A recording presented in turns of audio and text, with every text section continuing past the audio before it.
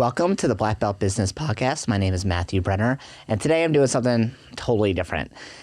I really had to push to get studio space right before my guest was leaving, and really last minute to put this together. And I'm really excited because today you're going to want to, if you're a school owner or you run a business, you're really going to want to pay attention to this episode. It's going to be really important because today I'm going to share with you two people who have, one of them with a lot of martial arts experience but lives on the other side of the world, and another person with no martial arts experience who lives in our backyard. And I'm going to show you how we take and motivate people from the outside, bring them into our school, how we train them in order to operate schools from scratch, okay, how they operate martial arts schools from scratch. And by the way, this is going to be for martial arts schools, but you could really do this with any other type of business if you have the right employee training, okay? So my name is Matthew Brenner. Today with us, I have Mr. Stefan. Hi, guys. And I have Mr. Jake. Say hey. Hello. So a little bit of background. So Mr. Stefan over here, he is from Johannesburg, SA, and SA is South Africa. That's the lingo he's been teaching me. I'm learning lots of lingo from him over the past week or so.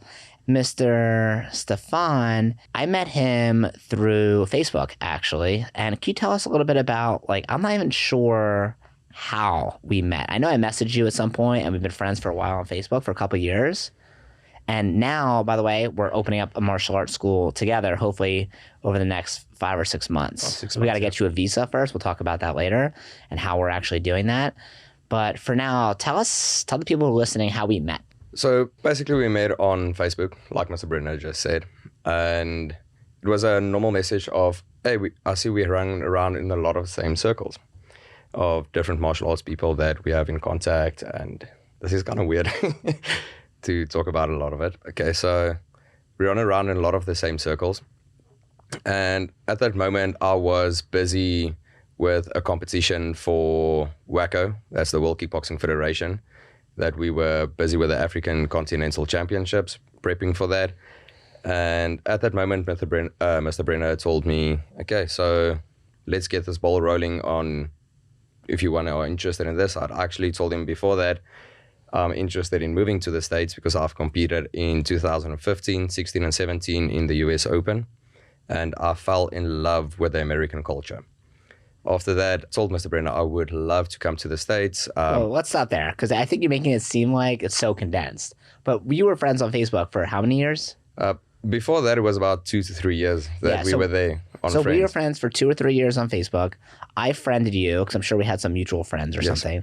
And then I messaged you and said, like, hey, we run a lot of the same circles. Do you teach martial arts full time? And I'll start conversations that way. Now, some of that is to like drum up business for my consulting, right? For when I help martial arts school owners grow. But you're in a different situation because you were living in Johannesburg. And I knew from talking to you through our conversation that you're number 2 in kickboxing in South Africa, ranked number 2. And you're number 1 or number 2 in double bow staff? What is it? So number 2 in the world with WACO with a double bow. With double bow. Cool. And so you've competed in the United States multiple times, in the US Open. So I knew you had like a really good, strong martial arts pedigree. Now, we were at some point hiring martial arts school teachers. We were looking for head instructors. And I did this whole hiring process. You were like one of those people I was considering. But honestly, just too much of a pain in the ass because you live too far away. Right? Sure. I was like, how am I going to get this person here? There's no way. So I ended up going through this long process, interviewed like 90-something people. I ended up hiring someone. The position was full. Fast forward 2.5, 3 years later, and now I'm looking again for more instructors for our students. So I have this list of like it's called employee hiring info. And it's a spreadsheet I made with all the people I've talked to. It has their name, what we talked about, what pros I thought were good from the conversations, what challenges there were. And I have everything color coded. So red is like, never talk to this person again. They're psycho. There's a lot of reds. Okay. There's like, yellows, which is like maybe in the future, and green, like, hey, this person would be great for now. Right. And I was going through it and I'm like, oh yeah, I remember this person. Let me go talk to him. But I knew it said like you're in Johannesburg. So I reached out to you again, and I didn't know if I was going to be able to get you here though, because I knew you had this strong pedigree and you had like really good, like you're easy to talk to, and I thought you had a good personality. But I was like, I don't know if it's going to be possible for me to get you here. So what I did was I did a deep dive research on YouTube and Google to figure out what it took to get someone here on a visa. And you had been to the United States before, so you said, hey, I can come to the United States, but only for like a week. So, but I'm like, okay, if you come for a week, but then you can't be here long term, it's going to be a giant waste of time. True. So eventually I found this, I did a lot of research, and the more research I did on like government policy on immigration, the more confused I got. There's so many different types of visas. Everything is so difficult that it wasn't until I found like a live webinar of an attorney giving a seminar and of exactly how to hire someone from another country. I attended this webinar, and this guy talked about exactly everything I needed. It was like it dropped from heaven. My brother actually sent me the link. I don't know how I found it. It was amazing. I messaged a guy afterwards, and I'm like, hey, I would love to have someone come in from out of the country. You're an attorney. Obviously, this is what you do. You specialize in it.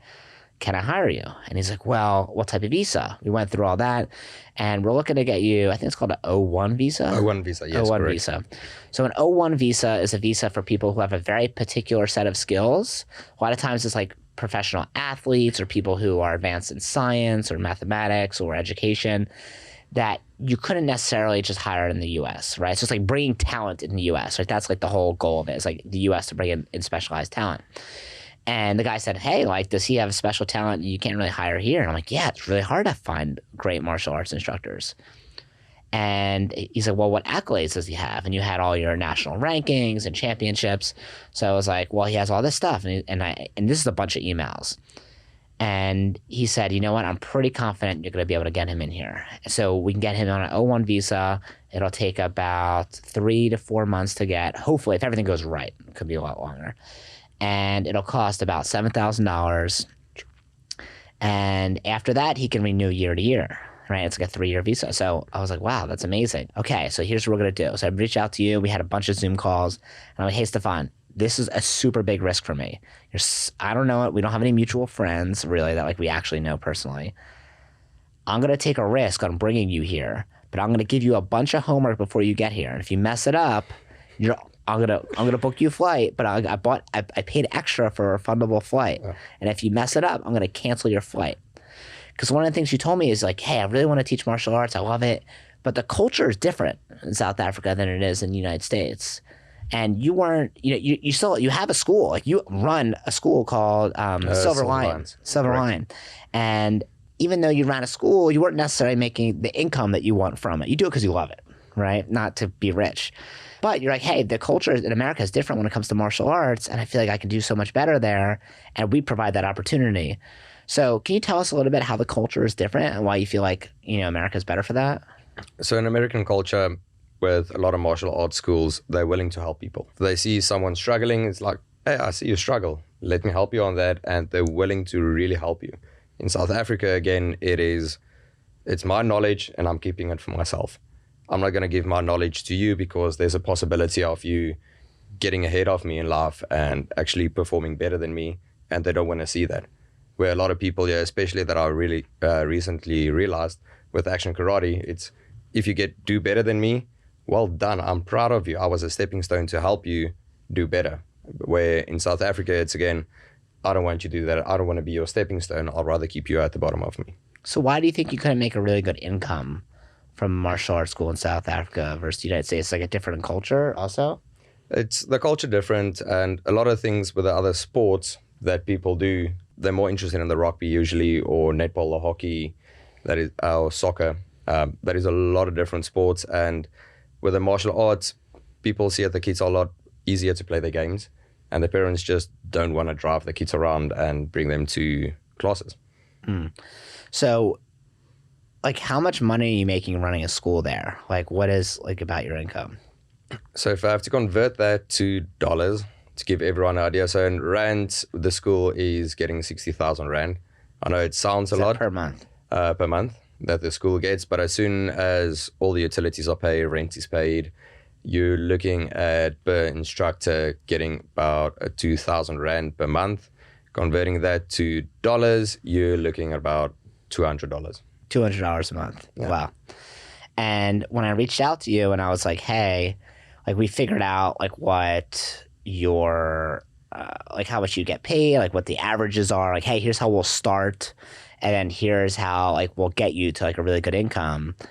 And, you know, our instructors, when the school's up and running, doing well, are making anywhere between $4,000 and $8,000 a month, right? Depending on how well the school's doing.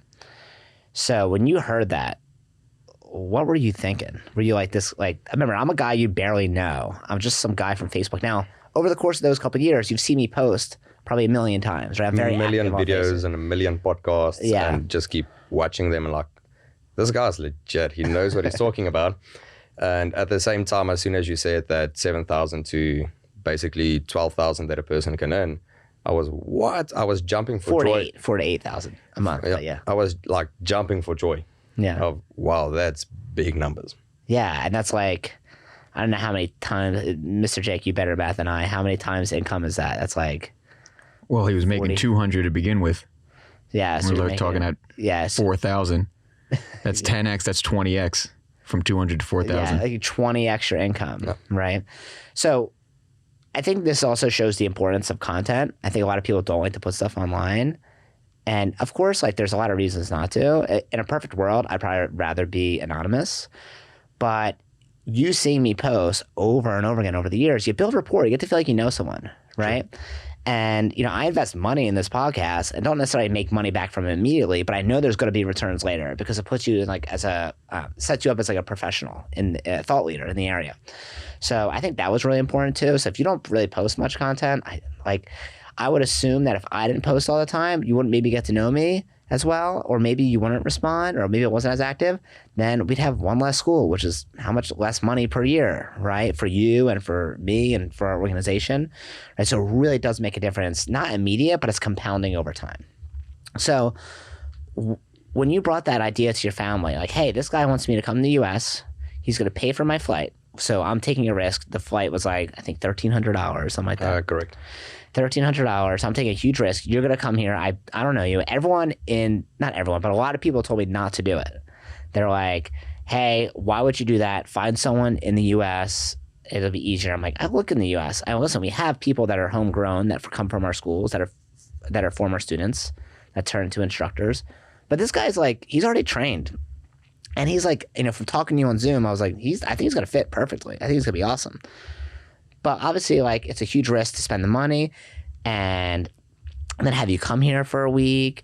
And then if I get a visa, like now I'm in charge of you and I'm like sort of like responsible for you.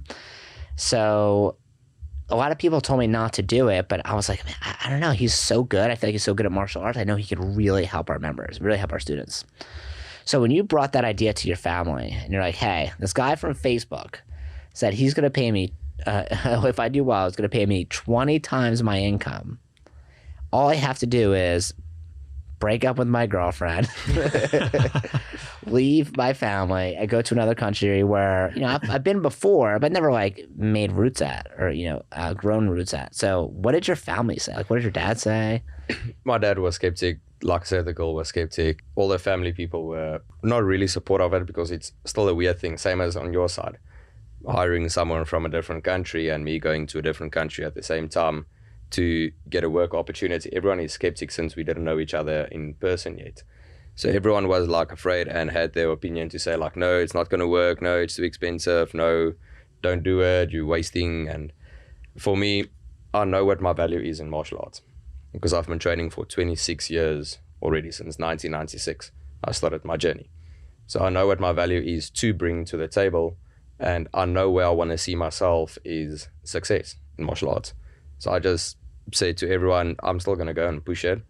And worst case scenario, if anything went wrong, it was a week of knowledge. But after that week of knowledge, it became more than, okay, it's not a worst case scenario. This is something really pursuing. So why were you so trusting in me? Like, what made you feel like, okay, this guy's flying me in. I don't really know him besides Facebook. Obviously, we talked on Zoom a bunch of times. What made you trust me? Like you said, it was the Zoom conversations that we had. You asked all the right questions and you answered all the right questions at the same time. And I felt like we build kind of a bond on that time of all the calls. And I have to say, we have a 6-hour time difference. So a lot of times it was crazy. Even when I spoke to Mr. Jake a lot of times when I had to practice everything, it was a lot of time difference and putting everything in. But due to the Zoom calls we had, it was a trust time building, and you investing in me is like, okay, this guy's investing in me. Let me show him what I got, and really pushing towards it. And when you heard that, okay, if I mess up, I'm going to cancel your flight, how did you feel when you heard that? Were you like, holy crap, this guy's psycho? Or were you like... No, I felt, oh, damn, this is real.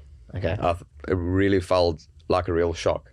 And you're like, okay, you have 2 days to get this right. When you told me, okay, the flight's going to be cancelled, as the other member said, if you don't get it right. And what did I have you do? Tell us what you had. So it was practicing the phone script. I say phone script, but really just how to answer the phone, actually, and speak to the customers when they phone. For martial artists, for the intuition, and how to speak to everyone that phones and how to answer the phone just properly. So it was to practice that and get that right. So to do that, and at the same time practice lesson 1, lesson 2 of how to handle a lesson when someone walks in the private lessons that we'll be getting when they come to Action Karate, is how to handle that lesson at the same time. So how have you ever memorized a script before for your business? I had never had to memorize it. Every time I had to do something was off feeling when I see the person walk in, looked at the person, okay, this person has ADHD, when the parent maybe phoned or sent a message to me. So I had to work, okay, ADHD, I'm going to do this. This person walks in, okay, this is a hyperactive kid, I'm going to work it like this. So I had to work a lot of things of looking at a person and working my classes around that. So did you have any trouble with the scripts? Like, are scripts easy for you? Are they tough? They are super tough for me because I struggle with something of ADHD myself. Okay. So I would be reading and all of a sudden I'm like, there's a bird outside. And, oh, there's a bird. Okay. And then I'm completely in and out of the dimension again. And all of a sudden, oh yeah, I was busy practicing and I had to get back to it. And it was so overwhelming for me in the beginning. But the more I actually went to it and help from everyone telling me, do this, try it this way. And it really started helping a lot then. And one of the things I had you do is I had you practice the scripts over and over again with Mr. Jake over here, right? Because I knew that I'm going to be really partnering with you guys. And Mr. Jake, we'll get to you in a little bit after we get kind of through a lot of the... Yeah, I feel like a fly on the wall over here. I'm enjoying your talk, though. Yeah, I'm going to come back to you. But Mr. Jake has kind of the opposite end, right? You have 0 martial arts experience, well, a couple months, right? And I said, okay, well, I'm not going to sit here on Zoom and practice with you all day because I'm busy. However, Mr. Jake, who's going to have that position anyway, he can practice with you on Zoom and a good opportunity for you to bond. So you spent that time together. I know you spent like hours and hours together on Zoom just going through the scripts. What was that process like for you? So that was quite a difficult process. As I mentioned previously, we have a 6-hour time difference. So every time Mr. Jake messaged me, okay, 6 p.m. or 7 p.m., I'll be at home and we can have a call. Or sometimes Mr. Jake is even in his car on the way to class. And he messaged me like, okay, let's do a call quickly. And at my time, it would be 1 a.m., 2 a.m. in the mornings. And then we would set up until 3, 4 a.m. in the morning, every time practicing, going through. And okay, you got this part, break it down. Let's do the next part now. Okay, do the next part. Okay, what part do you feel comfortable about doing? And okay, I feel comfortable until working up here. And it was long hours. But in a way, as Mr. Jake and myself actually joked, he just worked me in to get into the American time schedule to feel better for my sleeping and waking up. No jet lag. And the jet lag. So, but it was a hard time, but at the same time, a bond that was made that will work us through to the future and make us stronger. And there was so you had the challenge of time constraint of like, hey, now I have to be up at 2 or 3 in the morning. And the fact that you were doing that, I was like, oh, this guy's serious. He's good. Like, he is dedicated, right? And not only that, but there's also another challenge you have that you didn't mention that has to do with, like, I don't know if it's South Africa in general or Johannesburg. Can you tell us about load shedding and what that means? Oh. You didn't mention that at all, and that was a giant challenge for us. So at the beginning, when I mentioned load shedding, everyone's like, what is that? So load shedding is where the government, the power grid is so bad in South Africa. So the government actually just shuts the power off for full neighborhoods. Sometimes they'll go 4 hours on, 4 hours off, 4 hours on, 4 hours off. and then the signal towers are not working, sometimes even up till 8 hours of no power, 8 hours of power, 8 hours of no power again, and it goes on for weeks. It's still a current thing that's happening in South Africa, and it will be there. They're suggesting maybe it will happen to 12, 13 hours a day. Wow. That there will be load shedding of anything. So when it happens, you can't do it. So a lot of times when I had to do video calls with Mr. Brenner as well, I was at the garage, at the gas station, bought data quickly because I have no Wi-Fi, and just sat at the gas station talking or walking through everything. Yeah. And once again, it just showed me the dedication. Like what I was telling the team, like we had you come to meetings in the morning, like to our general staff meetings. And a couple times you didn't go, and they're like, where is this guy? He's not serious. He didn't show up to the meeting. And I'd be like, guys, I don't think he has power. And I message you, and you reply a couple hours later, like, yeah, there's load shedding. And a lot of times that load shedding, you wouldn't even get much of you wouldn't get much of lead time to know when it's going to happen. Sometimes it just happens, right? True. Like there's a schedule, but sometimes it's just like they change the schedule. They'll change the schedule. You'll be looking at it. Okay, I have time until 7 a.m. or 7 p.m. Power will be off. And then, at that moment, it's 4 p.m. that you're looking at the schedule. Next moment, all of a sudden, 2 minutes past 4, power is off, and oh, what happened? And then they posted a new schedule and they updated. That's just wild. So there's like all these things that are roadblocks for you, right? And we didn't even mention, like, obviously you speak, like, your English is actually amazing, but like, there's still a little bit of a language barrier, right? There's the ADHD, there's a totally different time zone, there's load shedding, there's a trust issue, you're living on the other side of the world. You don't make the income to be able to just fly on your own and take your own risk, right? So I'm taking a huge risk, you're taking a huge risk. But because we built rapport over time from you just seeing my posts, getting to know me, and also from Zoom calls we had together, like we were both, I think, at some point, like comfortable in taking that risk. Yeah, true. Like, hey, if I get screwed over or you get screwed over, like I know that like I at least made the best bet on myself. And I think that's tremendous, which is why you're going to have a bright future within the organization and as a martial arts as a career. And I can't wait for the day when you get a paycheck that's 20 times or more than that, like the income that you make, because it's going to be wild. I know we're already talking over the past week. So you flew in, and every day you're asking me questions like, all right, what kind of car do I get? Okay, where do I get an apartment? And I'm like, all right, relax. Like, we still got to get you a visa and do all this other stuff. So, but I think it's cool that you're looking forward to that. And I know that culture-wise, you're going to fit in perfect. So we're going to get to our training, what we did over the whole week and what we did to prepare you. Because for people who are listening, their goal is to open up a school together over the next 6 months while you're away getting a visa. Mr. Jake is going to open it, at least as a part-time thing, so we can build up our student base. And then by the time you get your visa, you guys will come together and you'll do it. So Mr. Jake, from absolute scratch, has only a couple months of martial arts experience. So Mr. Jake, tell us tell the people how I know you. All right. So I moved in to your home. You live in the master bedroom. You rent out the other homes. And the other bedrooms. The other bedrooms. Yeah. And I found the place on Craigslist, of all places. And we met one day. I think you were on Craigslist looking for a girlfriend at the time, but then you just happened to find me. Yeah, I was looking to see what I could find on Craigslist. But it's always the cream of the crop. Yeah. No, I settled for a bedroom in Fishtown. Yeah, so you're looking for a place to live. Yeah. Yeah. And I found your place. It was really nice. It was really affordable. Stopped by. And it's funny because actually Chris, the roommate that lives there, we both saw it at the same time, saw the room. And you went with Chris, which hurt a little bit, if I'm being honest. Yep, I don't blame you. Because he just messaged you first. So you went with him. Or at least that's what you told me. Yeah. Wait, let's go back. So there was one bedroom that was available at the time, right? Yeah. And I rent out the extra bedroom, so I have like extra income coming in, and I just live in one. But I had you guys both come at the same time. Right. So I just want to explain this to people. So if you're looking to rent a bedroom, a house, or if you're looking to get a new estimate for a contractor to do work, never have one person come at a time. Because A, people cancel last second and then you just like wasted your time. And B, whenever you have multiple people come at once, it creates like a buying frenzy where like it almost becomes like a competition, and people want to win the competition, and they're gonna vie to have like to put their best selves forward and to like try to be the winner.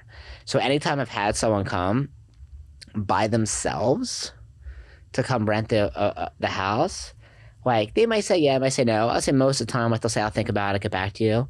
If I have multiple people come at the same time, it's usually rented the next day or like later that day. And they're like, oh my God, how do I do this?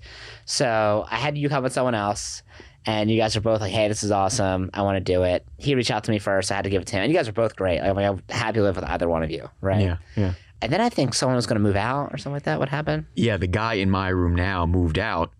So I was looking for other rooms and then you FaceTimed me. You called me and said, hey, unexpectedly, my roommate moved out. Do you want to see the room? And I said, yeah, sure. You showed me the room. I liked it. It was even cheaper than the other room, so it was even better in my opinion. And yeah, I signed the lease. I moved in November of last year. And yeah, I was just getting comfortable, all getting to know each other. We went out a couple of times. And these are all complete strangers. Like complete we strangers. hung out one time. When I say hung out, you came and looked at the house, maybe spent 15, 20 minutes talking. Oh, yeah. That was it. But I always know that whenever I have new people come in, they do background checks. They usually have good jobs, right? So what job are you working at the time? Are you working now? Yeah, still same job. I'm an assay scientist. This little place, not even a public company yet. And we're looking for the ideal molecule to help cure different kinds of cancers or autoimmune disease. So I knew, okay, this guy's a professional job. He works in a lab trying to cure cancer for a small startup. Small startup. Like he's going to be a pretty good person. Right. And if not, I know martial arts. Right. So I'll be fine. Just his throat. So, no, so I knew you're going to be fine. And then you obviously lived with me for a while and, we weren't friends, but very like friendly for sure. Right. Yeah. Like we weren't friends before. Right. So we've gone out a couple of times and then how did the idea of you doing karate come up? So from the beginning, when I moved, I was thinking about, all right, what do I want to do? How can I change my life, make my days more enjoyable, do more things that I like? One of the things I wanted to do was maybe I'll take like a boxing class, learn how to throw a punch or something like that, And then that came up with you when I came home one day and you happened to have a piece of mail left out on the counter. It was some kind of citation because one of the properties that you rent out, they left the trash out and they got in trouble and said, hey, you can't leave the trash out. And I saw that you had that as this other property. You obviously have the property that I live in. So I started asking like, hey man, like, what do you do? How do you have these properties? How did this start? Because like, I'm trying to upgrade my life here, So like, what's your deal? You just started telling me about, how you own this house, how you have the schools. You were working at Action Karate. You started there. You were always really entrepreneurial to begin with. And then you're telling me how you saved up with the Action Karate, and then that led to these houses and where you're at now. And I heard the karate and I went, oh, that's really cool because I would like to learn, how to fight, how to throw a punch. I was thinking boxing, but karate sounds cool. And then you said, well, hey, why don't you stop by, take a class, see how you like it? And I jumped on that opportunity. I thought that was awesome. So I went into class as an adult. My very first class, I've never been on a mat. I've never been in a dojo. I've never been in a guarding stance. Okay. And I trained with everyone else in their gis and I was in my gym shorts and Planet Fitness t-shirt, and everyone looks very serious and scary in a Planet Fitness t-shirt. Oh yeah. I mean, I was definitely the most intimidating by far. And I remember you were showing us, me and this other new guy, unrelated, the guy John, he was also a white belt. You were showing us the bow staff kata. And I thought it was really cool, actually. I really liked the class. We were going over. Wait, go back. You're a beginner and I was showing you bow staff kata? Yeah. I was like teaching it to you or I was just showing it to you because it was cool? You taught us the first 3 steps. Interesting. Okay. Yeah. All right, keep going. Yeah. I don't know why I did that, but keep going. Yeah, you just thought I was a natural. Okay. Yeah. I saw the natural. I saw the Planet Fitness t-shirt. I'm like, oh, he's this guy's not messing around. Yeah. He watches a lot of bow staff. He knows his martial arts. Yeah, and I really enjoyed the class. I was working up a huge sweat. And one of the biggest things for me was the community there. I remember I got there, everyone was bowing, everyone was excited to see me. Hey, they saw a new face. Hey, I'm John. Hey, I'm so-and-so. I was like, hi, I'm Jake. And by the time I left, it felt like I had like 8 new friends. everyone's like, all right, see you. When am I seeing you next? Oh, great. Oh, good to see you. I earned my white belt. They had me rub the sweat on my forehead in front of the class. And it just felt really good. And so I stuck with the classes. And on top of the classes, you mentioned how there could be opportunity in it in our conversation. And so I started asking about all that. What would the next step be? You mean like employment opportunity? Employment opportunity, yeah. What might the next step be? And that led to, here's a phone script. This is how you answer a phone. And, memorize these scripts, keep going to classes. That was step one. And I remember we said like a date. You gave me the phone script and you said, okay, you'll have a week to learn this. And 99% is 0%. I want you to know this 100% word for word, which was nerve-wracking, but it was only the phone script, so I managed it. Which is a page and a quarter. Not long. Page.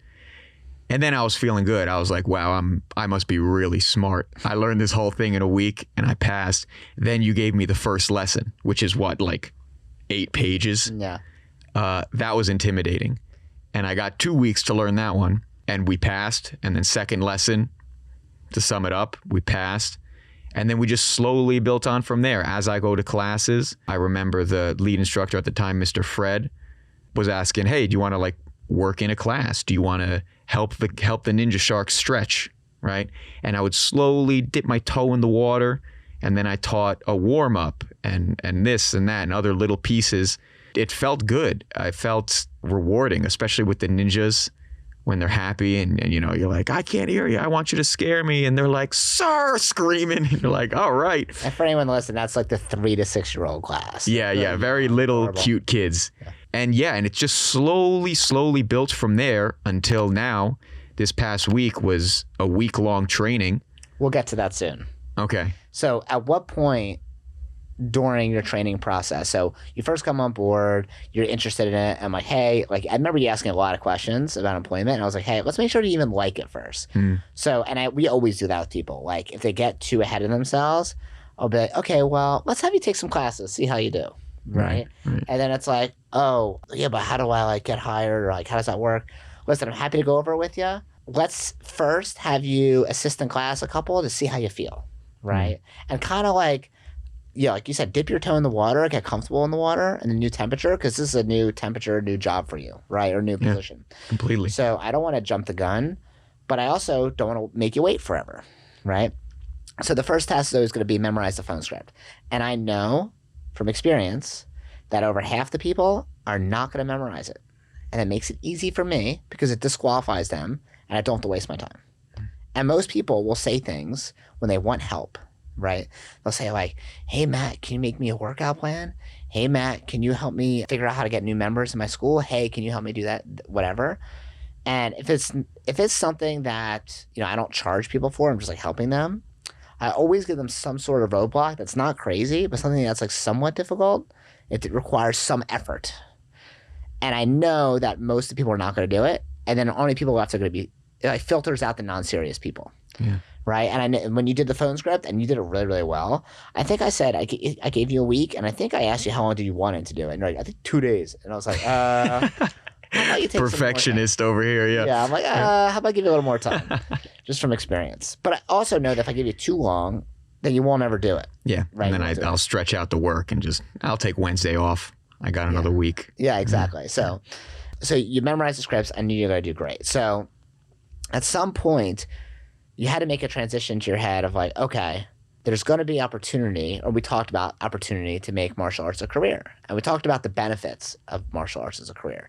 So what about the benefits of martial arts as a job option for you that stood out, that made you even interested in it? Because, I mean, I know you think your job is boring, maybe not what you want to do exactly, but like you're still, you're working in a science lab trying to cure cancer is really what you're doing. You're not just like working at a gas station, right? Or working somewhere that maybe you're doing a menial job that like you feel like you're not reaching your potential, right? Yeah. So what was it about whether what I said or what the opportunity was that made you excited that you wanted to move forward? Yeah, no, that's a good question. The biggest thing for me is enjoying what I do and making an impact, specifically an immediate impact. right? Because you were saying, well, you work in a science lab curing cancer. Like, that's a good job, right?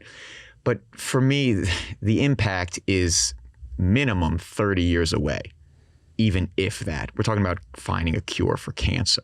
You know what I mean? So versus working with kids on a mat, seeing them progress every day, that's a more immediate impact right in your face, and you could see the change that you're making. On top of that, it's a very human connection, and that's sort of how I'm oriented. Which is funny that I ended up in a lab where nobody talks. You just hunch over with your pipette and your microplate doing work. Sometimes I talk to the cells in the cell culture, but they don't talk back. So the human aspect, the immediate impact, and just, again, like I mentioned when I first started taking the classes, the culture. All of that was extremely, extremely appealing to me and the way I want to work and the things I want to do with my life. Yes, that's what just made it way more attractive than sitting in a lab, punching out data and, changing cell culture flasks. So did you feel like empowered that you could do this? Because you had no martial arts experience, right? Like, zero. So what gave you the confidence to be like, okay, I can actually do this? Well, I mean, part of that is deeply in me. I've done like kind of a lot of different things growing up. Some jobs I've had were, like food server. I worked at Panera Bread, but then I've done sales. I've done door-to-door sales. Then I got into science. I'm working in a lab as a scientist. So I've kind of shown myself like, yeah, I could just pick something up kind of random, work at it, and be pretty darn good, if not great. And like I said, I was at a point in my life moving in to the room that you rented where I was really thinking like, okay, how can I like one up myself here? Like, what's my next move? And then this opportunity kind of unfolded and it was like, all right, martial arts, who would have guessed? But let's think about that. I could own my own school. I could make a lot more money. I could make a huge impact. I could potentially enjoy what I do. I'll be talking to people, to kids, to parents, shaking hands, smiling. So I went with it, and I had the belief in myself of I've picked up stranger things before and been great at it. So why not this? What did your family say?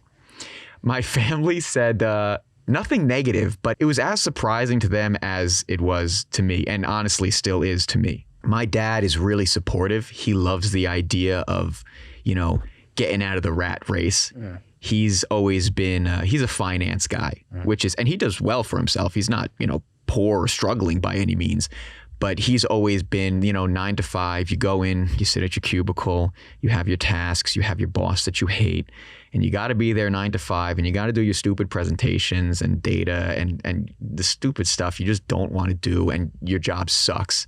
How's work? Oh, it sucked. I don't even want to talk about it. Sunday night, you're worried about going to work Monday. And he still worked hard, but at the end of the day, even after all of that hard work, it's not like he's owning anything. He's just an employee going into something that he doesn't really like. So when I brought up to him, yeah, I'm thinking about starting a school that would be my own, he was like, yeah, that's great. That's great, because don't do what I do. Corporate America sucks. So he's been really supportive. He's even been dropping lines like, hey, man, like I'll be your partner. And I was like, all right, slow down, Dad. Like, I was like, we don't have an opening right now. Yeah. He's like, no, I'll do your books. I'll cook them for you nice. And I was like, all right, we'll see. I just got audited, so I would avoid all book cooking. Yeah.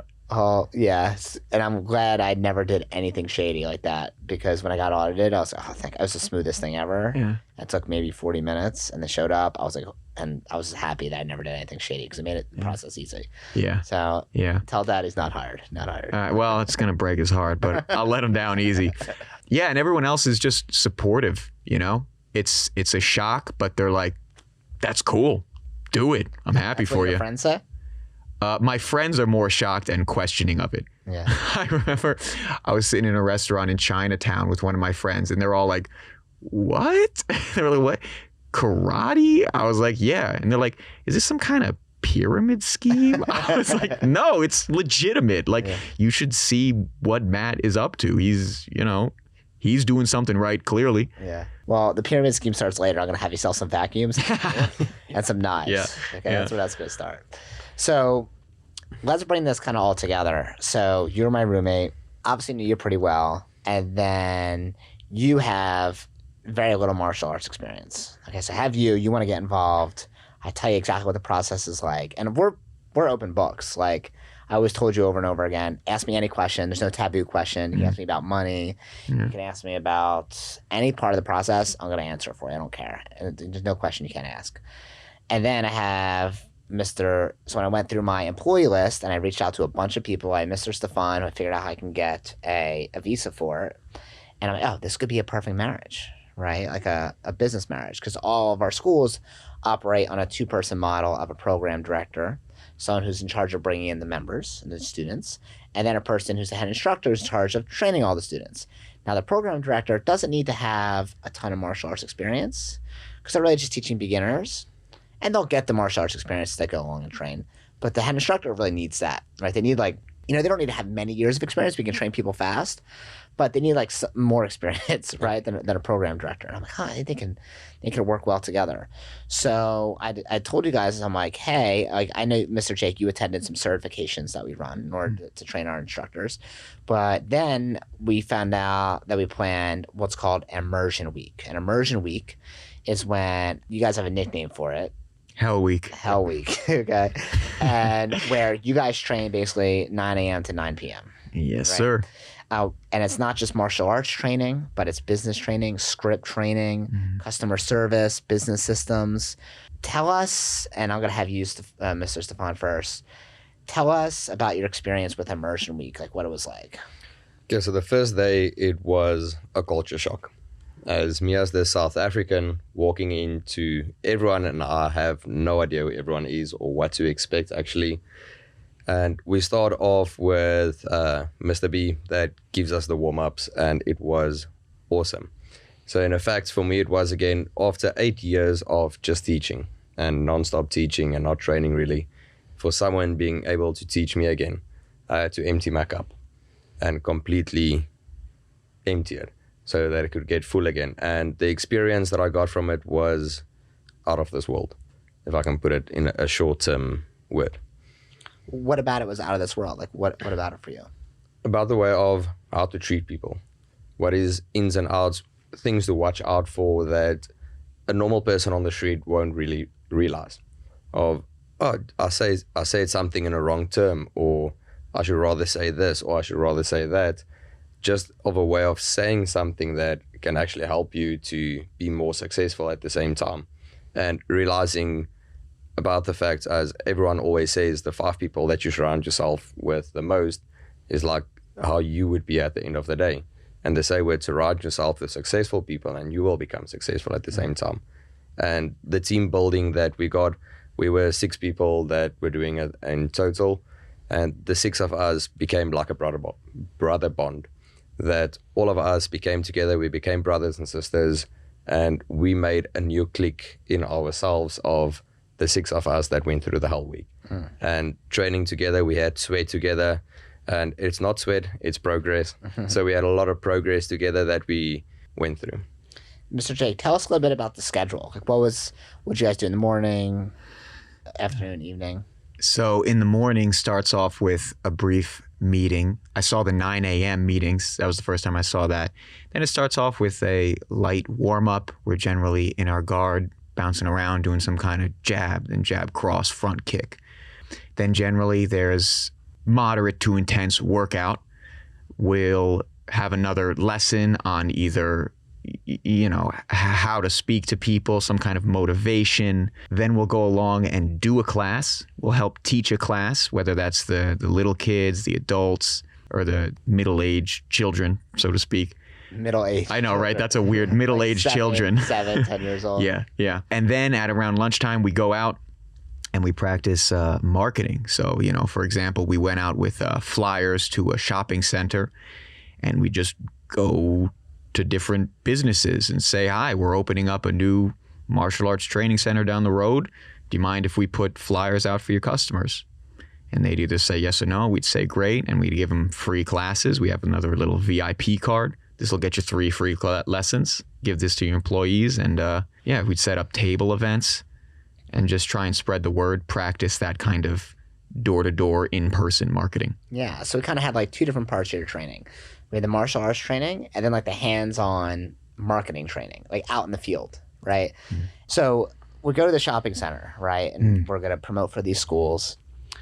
And I knew that you were going to be uncomfortable doing it, Mr. Jake, 'cause you never did it before. Mr. Stefan, I feel like you would jump into a fire if you knew it was going to make you stronger, right? So for you, I feel like a little bit easier. I was jumping the gun. I still remember, okay, it's my turn. And I was, okay, where's it? Let me go. And you're like, whoa, whoa, whoa, tiger, hold it back. Run through me. I'm like, okay, let's go. Okay, I just want to go and do it. Yeah. So I'm like, okay, I'm going to go first. I'm going to show you guys a couple times how to do it. We're going to walk into the store. We're going to say, hey, my name is Matthew. We just opened up a martial arts training center in the area. And we want to introduce ourselves. And we have some guest passes here for any employees for 3 free lessons. So how many employees do you guys have? They would say, we give them the guest passes. And then we would say, oh, is it okay if, by the way, these guest passes are just for your employees, so please don't give them out to any customers. Oh, by the way, is it okay if you leave some flyers here for your customers? And they'd say, sure. Or they would say no, or whatever. An even better version of that is if it's a new school, we'll say something like, we have a cork board at the school, like a board where we can like have push pins and stuff that goes in it. We'll say, hey, we'll walk in there, and the first thing we'll do is try to help that person. So we'll say, hey, we just opened up a new martial arts training center in the area, and we have a lot of families that come in and out, and they're always like looking for local businesses they can support. Do you guys have any flyers or anything that you have that we can hang up at our school to help promote you guys? And they'll be like, what? Promote me? Like, yeah, what can we do to promote you? And they're like, oh, sure. And then we'll say, oh, by the way, is it okay if you leave some flyers here? And then the law of reciprocity is they're going to feel like they need to almost return the favor. Almost like an obligation. Yeah, an obligation to return the favor. So they're going to like basically automatically going to say yes, 9 out of 10. Now, because I knew that this was going to be difficult for you guys, and it's kind of scary, I was like, all right, I'm going to go first, set the example, you guys will go after. So the first store I did was like a chain water ice place, right? That was the first one, right? And I basically knew they were going to say no, mainly because there's like 15-year-olds behind the counter. That's like who they hire. And I knew she wasn't going to know anything. And the manager behind the back was going to like just not care. So I tried that first. They said no. Just so you guys could see, hey, like watch me get a no, and nothing's going to happen. They're not going to kill me. It's not going to be embarrassing. It's going to say no, and that's going to be it. So I got a no. And then we tried a couple others. And then I was like, all right, watch me get a no here. And I'm going to try to make it a yes, but probably is going to no, which is going to be AT&T.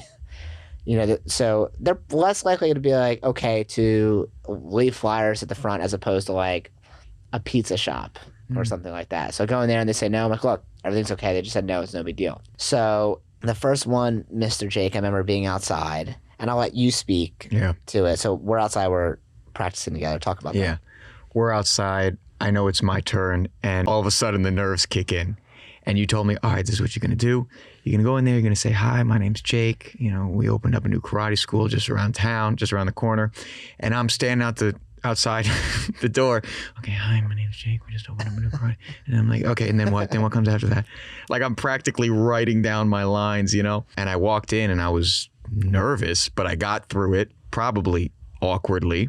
But then right after that, I got through it, got out. They said yes, it worked. I was like, great. I gave them the VIP cards. My hand was probably shaking a little bit, and then I put down the flyers and we walked out, and you were like, good. Gave me a high five. I was like, all right, let's go again. I want to do it again. I want to get better. But that first one was definitely nerve-wracking. How did your attitude change from the first couple ones you saw you doing it to after that? I mean, I got a lot more comfortable. At first, I was scared to do it. I've never, well, it's funny because I have done something like that before. I've done door-to-door sales, but I guess the different context made me really nervous. But after that first one, I got excited.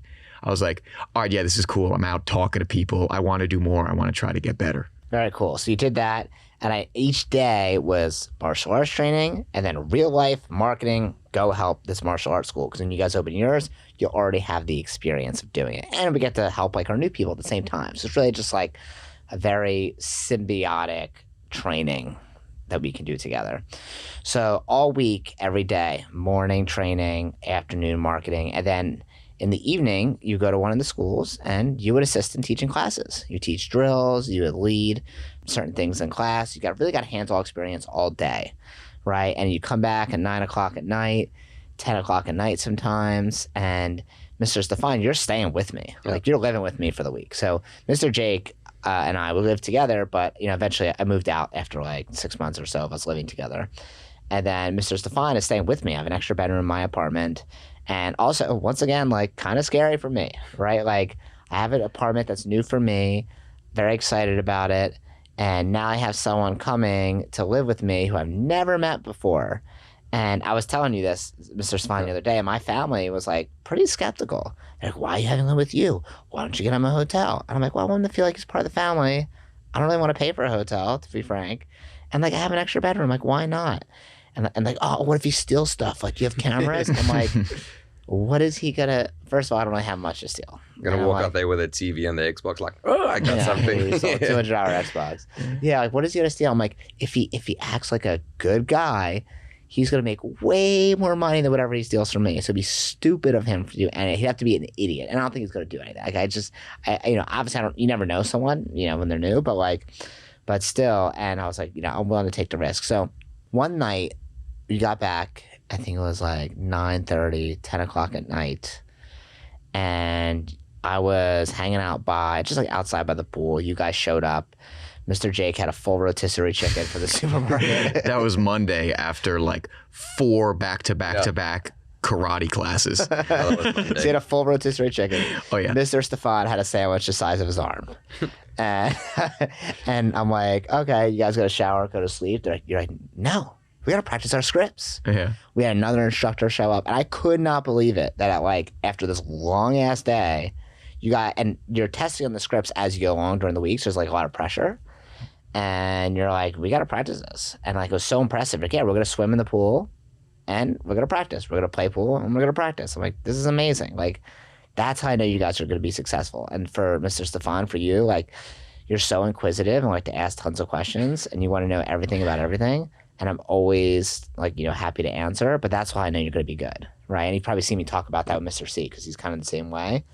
And like, hey, when you ask questions, you get answers. And when you get answers, It gives you knowledge. So now that we finished up, so today is Friday when we're recording this, you finished up your Hell Week, your immersion week.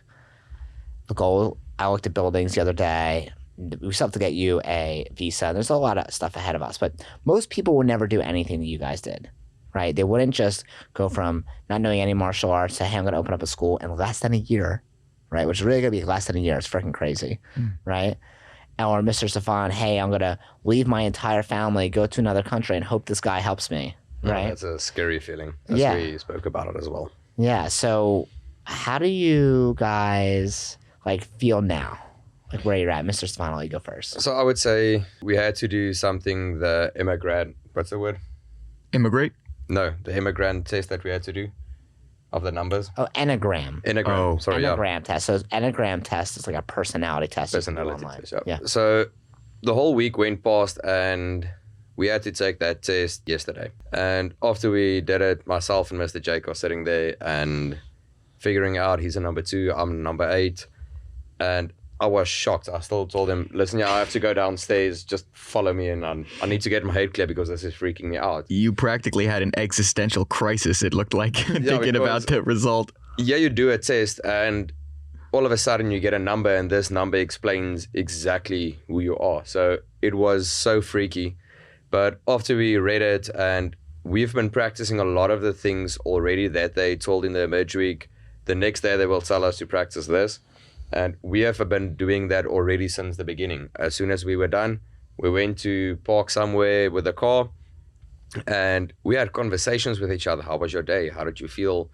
How did you work through this? How did you work through this? How do you think you can do it better? And we were really building our team building already. So myself and Mr. Jake agreed and he'll be next after me. But I think we will be one of the best still today. I told Mr. Brenner this in the beginning and he's like, whoa, who's this confident, cocky guy that's saying this now? But I told him, we will be the best action karate school out of everyone. We will be the school to be. Why just the best action karate? Why not just the best martial arts school?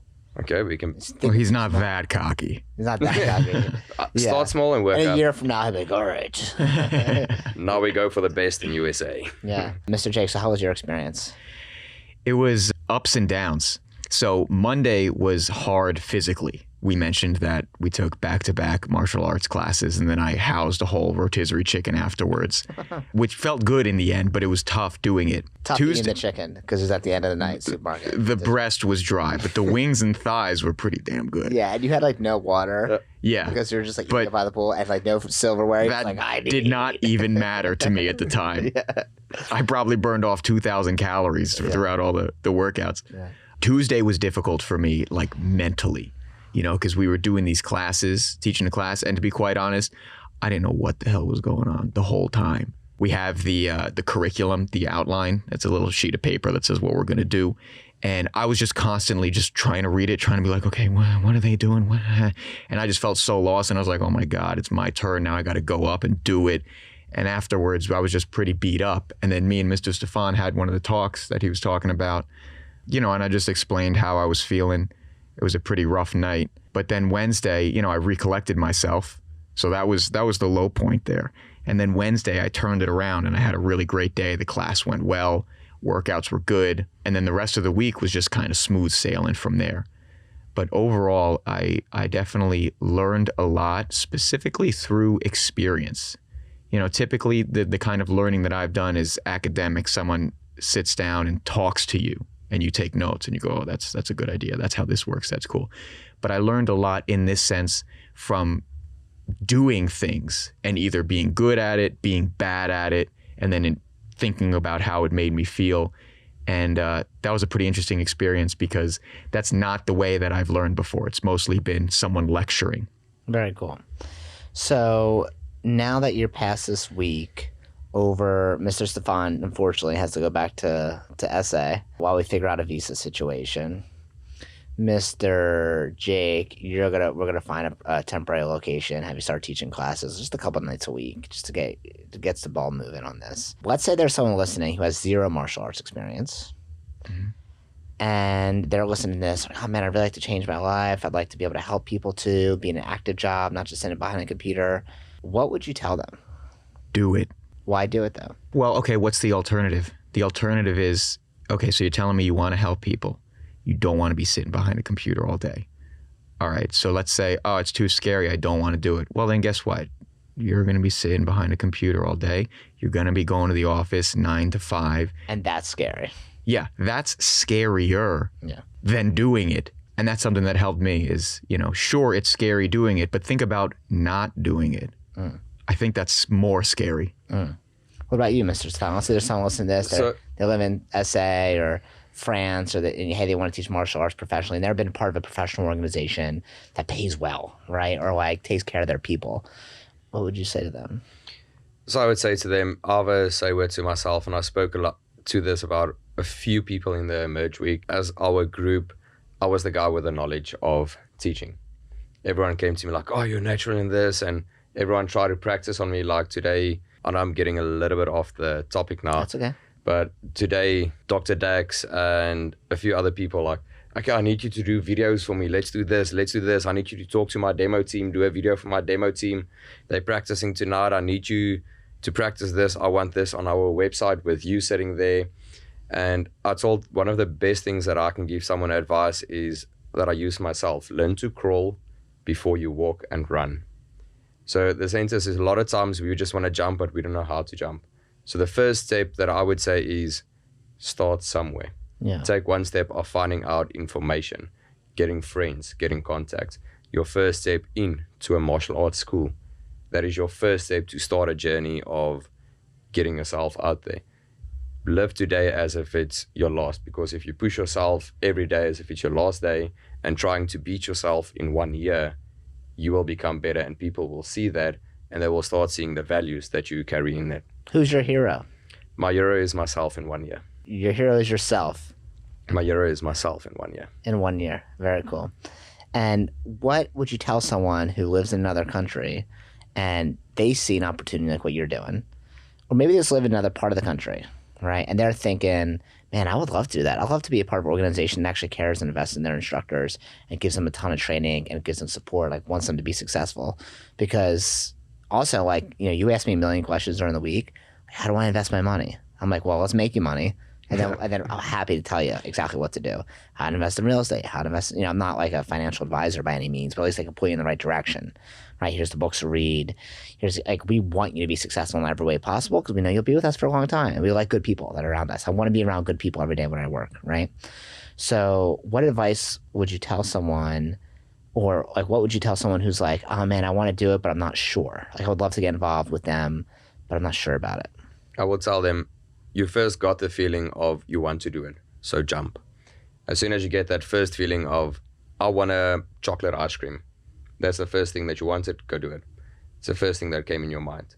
So if you want to be part of an organization that really helps you, that was in your mind for a reason, jump for it. Go grab it with both hands possibly that you can.